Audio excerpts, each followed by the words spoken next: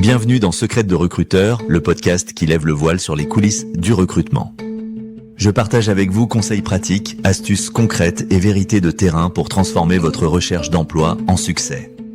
Préparez-vous à découvrir ce que les recruteurs ne disent pas toujours, mais que vous devez absolument savoir. Installez-vous, vos secrets de réussite commencent ici. Saviez-vous ça? Près de 70% des candidats, ils échouent en entretien, non pas parce qu'ils sont pas compétents, mais à cause du stress. C'est quand même énorme comme chiffre. Et il y a ce truc un peu fou. Plus on veut le job, plus le stress monte et paf, on risque de tout gâcher. C'est paradoxal. Aujourd'hui, on va creuser ça. Pourquoi des gens brillants, parfois, perdent complètement leurs moyens devant un recruteur? Et surtout, comment on fait pour s'en sortir? On va regarder des techniques, des méthodes structurées qui ont fait leurs preuves pour justement transformer cette angoisse en autre chose. Allez, on décortique. Oui, tout à fait. L'objectif, là, il est double. D'abord, on va essayer de comprendre un peu mieux comment fonctionne ce stress, spécifiquement en entretien. C'est un contexte particulier quand même. Et ensuite, et c'est vraiment le cœur du sujet, on va découvrir ensemble deux méthodes assez connues, mais très efficaces, CAR et STAR, pour apprendre à structurer ses réponses. Le but final, c'est quoi? C'est de reprendre un peu le contrôle. Voilà, de ne pas subir, mais de canaliser cette énergie nerveuse pour qu'elle nous serve, finalement. D'accord. Et pour parler de tout ça, on se base sur quoi? Sur des analyses d'entretien, des retours de recruteurs, c'est ça? Des trucs concrets, quoi? Exactement. On s'appuie sur l'expérience de terrain, sur l'analyse de milliers d'entretiens. Donc, on parle bien de stratégies qui marchent en pratique.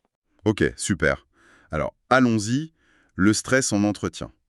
Ce fameux cercle vicieux. On stresse un peu, du coup on devient confus, on répond moins bien. Alors, ça nous stresse encore plus parce qu'on s'en rend compte, et hop, c'est la spirale. C'est dingue, comme même des experts, des gens qui maîtrisent leur sujet sur le bout des doigts, peuvent avoir des trous, bafouiller. Une des sources qu'on a consultées suggère que c'est parce que notre façon de raconter les choses normalement, entre amis par exemple, ça marche pas en entretien. C'est pas le bon mode, quoi. C'est très juste, cette observation. Et pour bien comprendre comment lutter contre, c'est utile de le découper un peu, ces stress. Les sources identifient globalement trois types. D'abord, il y a le stress d'anticipation. Ça, c'est tout ce qui se passe avant. La petite voix dans la tête, là, qui imagine le pire, qui rejoue les questions. C'est notre cerveau reptilien, l'amygdale, qui s'active et qui peut un peu nous empêcher de penser clairement. On est déjà sous tension avant même d'y être.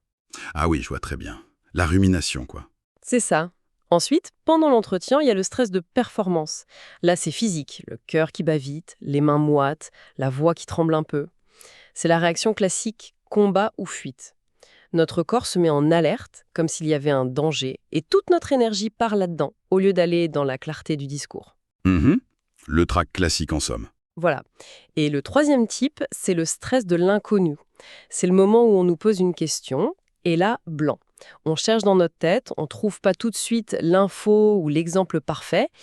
Et ça peut faire paniquer. On a envie de répondre n'importe quoi, juste pour combler le silence. On improvise sans structure. D'accord. Anticipation, performance, inconnu. Trois têtes, ce monstre du stress. Et ce qui est intéressant, c'est de voir qu'à la racine de tout ça, il y a très souvent un sentiment de perte de contrôle. C'est ça le point commun. Quand on ne sait pas trop comment organiser sa réponse, où on va, l'anxiété, elle a de la place pour grandir. C'est ce manque de structure qui nous fragilise en fait. Ok, donc la solution, c'est pas forcément de vouloir zéro stress d'ailleurs. Nos sources disent que l'adrénaline, ça peut être utile, c'est de l'énergie. Mais c'est plutôt d'apprendre à le diriger, ce stress. Un peu comme avoir un GPS pour sa pensée. Sans GPS, on tourne en rond, on panique. Avec une structure comme CAR ou STAR, on sait où aller, même si la question est un peu nouvelle. C'est exactement l'idée. Reprendre les commandes grâce à une structure. Et c'est là qu'on arrive à ces fameuses méthodes, CAR et STAR. Alors ça devient intéressant. Comment ça marche concrètement? Comment ça nous aide à reprendre le contrôle? Eh bien, elles offrent un cadre. Un cadre simple et logique pour construire sa réponse. Prenons CAR d'abord. CAR, c'est pour contexte, action, résultat. L'idée, c'est d'être direct et percutant.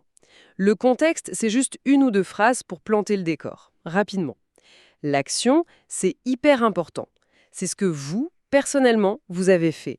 Quelle démarche vous avez entreprise. Il faut vraiment en parler de soi. Et le résultat, c'est l'impact. Qu'est-ce que ça a donné concrètement, si possible, avec un chiffre ou un bénéfice clair? Contexte, action, résultat. C-A-R. Simple, direct. Ok. Et on l'utilise quand, cette méthode CAR? Pour quel type de questions? Elle est super efficace pour les questions qui demandent un exemple précis, mais assez court. Du genre, donnez-moi un exemple de comment vous gérez telle situation ou votre plus grande réussite. L'avantage de carré, c'est que c'est bref, c'est clair, ça va droit au but. Une bonne réponse carrée, ça dure quoi? Entre 45 secondes et 1 minute 30, en général. Et pour le résultat, il faut absolument un chiffre? Ou est-ce qu'un bénéfice, même pas chiffré, ça marche aussi? Excellente question. L'idéal, oui, c'est un chiffre. Ça marque plus. Plus X%, moins Y jours, etc. Mais c'est pas toujours possible. Et un résultat qualitatif bien décrit, ça peut être tout aussi fort, hein. Une meilleure ambiance d'équipe, un client super content, un problème résolu. Ce qui compte, c'est que ce soit concret et que ça montre la valeur ajoutée. D'accord. Donc, si on me demande, par exemple, comment vous gérez la pression? Au lieu de dire « Ah bah je gère bien », je pourrais dire « Contexte. Sur un projet récent, on nous a coupé le délai de moitié, genre de 6 à 3 semaines. Action. Bon, là direct, j'ai revu les priorités avec l'équipe, mis en place des points hyper courts tous les matins, et j'ai été transparent avec le client sur ce qui était faisable. Résultat, on a livré l'essentiel à temps, le client a pu lancer sa campagne et nous a même redonné du boulot après. Ça colle, ça. Ça a l'air plus solide, oui. C'est exactement ça. Voyez, c'est structuré, c'est probant. C'est parfait comme illustration de CAR. Maintenant, si CAR est top pour les réponses courtes, il y a STAR. Elle est faite pour quand la question demande plus une histoire, plus de détails sur une situation complexe. STAR, ça veut dire situation, tâche, action, résultat. Ah, il y a une étape en plus, la tâche. Oui. La situation, ici, on la détaille un peu plus que le contexte de CAR. On pose bien le décor, les enjeux. La tâche, c'est quel était votre rôle précis, votre mission dans cette situation. L'action, c'est comme pour CAR, ce que vous avez fait, mais souvent, on peut détailler un peu plus, en plusieurs étapes. Et le résultat, c'est l'issue, l'impact, mais on peut aussi ajouter ce qu'on a appris de l'expérience. Situation, tâche, action, résultat. STAR. C'est plus narratif, quoi. Et comment on sait si la question demande plutôt du STAR que du CAR? Il y a des indices? Oui, généralement, les questions stars sont plus ouvertes, plus comportementales. Elles commencent souvent par parlez-moi d'une fois ou décrivez une situation difficile, racontez-moi comment vous avez fait pour. Ce genre de questions appelle une histoire, une démonstration par l'exemple plus poussée. L'avantage de star, c'est que ça rend le truc crédible, ça donne de la profondeur. Forcément, ça prend un peu plus de temps. 2 ou 3 minutes, c'est courant. Ok. Prenons l'exemple du conflit d'équipe qu'on trouve dans les sources. Question, parlez-moi d'une fois où vous avez géré un conflit. Avec STAR, ça donnerait quoi? Alors, situation. Ok. Dans mon ancienne équipe, projet clé, délai tendu, et là, grosse tension entre 2 développeurs seniors. Vraiment pas la même approche technique. Tâche. Mon rôle, comme chef de projet, c'était clair. Fallait désamorcer ça vite fait pour pas flinguer l'ambiance et le planning. Action. Bon, j'ai parlé à chacun séparément d'abord, pour comprendre. Puis, réunion à 3, j'ai joué le médiateur pour qu'ils mettent les choses à plat et qu'on trouve des règles de travail ensemble pour ce projet. On a même fait une petite charte. Résultat. Franchement, ça a marché. Conflit réglé, meilleure ambiance et surtout projet livré dans les temps nickel. Et les deux, après, ils bossaient mieux ensemble. Et moi, perso, j'ai appris plein de trucs sur l'écoute, la médiation. Ah oui, là on voit bien la différence. C'est plus détaillé, on suit vraiment l'histoire. C'est pas juste une affirmation, c'est une démonstration. Exactement. Du coup, le gros avantage de ces méthodes CAR et STR pour quelqu'un qui stresse en entretien, c'est quoi là? C'est d'avoir une sorte de plan B mental, une structure de secours. C'est une bonne image, oui. Je dirais qu'il y a 3 gros bénéfices face au stress. 1. La prévisibilité. Même si on ne sait pas la question exacte, on sait comment on va répondre. Ça rassure, ça réduit l'inconnu. 2. Le contrôle. Au lieu de laisser les idées partir dans tous les sens, paf, on suit un chemin logique. C'est nous qui menons la danse de la réponse. Et 3. La confiance. Savoir qu'on a un système fiable sous la main, ça aide à se sentir plus solide. Et ce qui est fort, c'est que ça rassure pas seulement le candidat, ça envoie aussi un signal super positif au recruteur. Une réponse structurée, même à une question difficile, ça montre quoi? Clarté d'esprit, logique, fiabilité. Et ça, c'est souvent aussi important que le contenu technique. C'est super intéressant ça, la forme qui renforce le fond.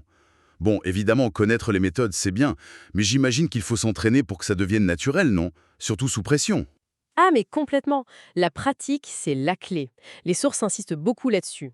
Le but, c'est pas d'apprendre des réponses par cœur, hein, ça sonnerait faux.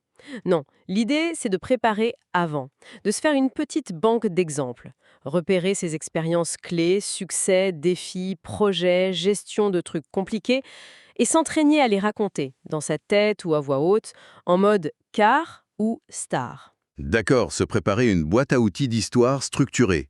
Et en entretien alors, quand la question arrive, paf, comment on choisit vite et bien entre car et star? Il y a un petit protocole? Oui, la source propose un genre de plan de bataille mental assez simple en 4 étapes. 1.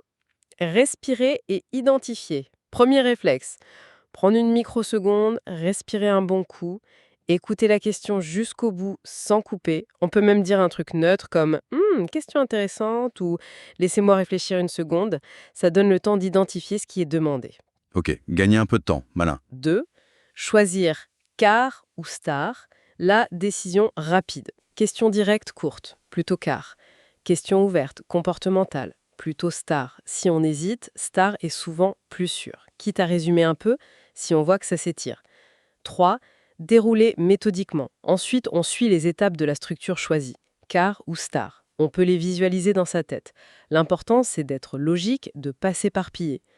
4. Conclure avec impact. Une fois l'exemple donné, on finit par une petite phrase qui résume la compétence, l'apprentissage ou le lien avec le poste. Et hop, petite pause. On montre qu'on a fini. J'aime bien cette idée de la micro-pause ou de la phrase d'amorce.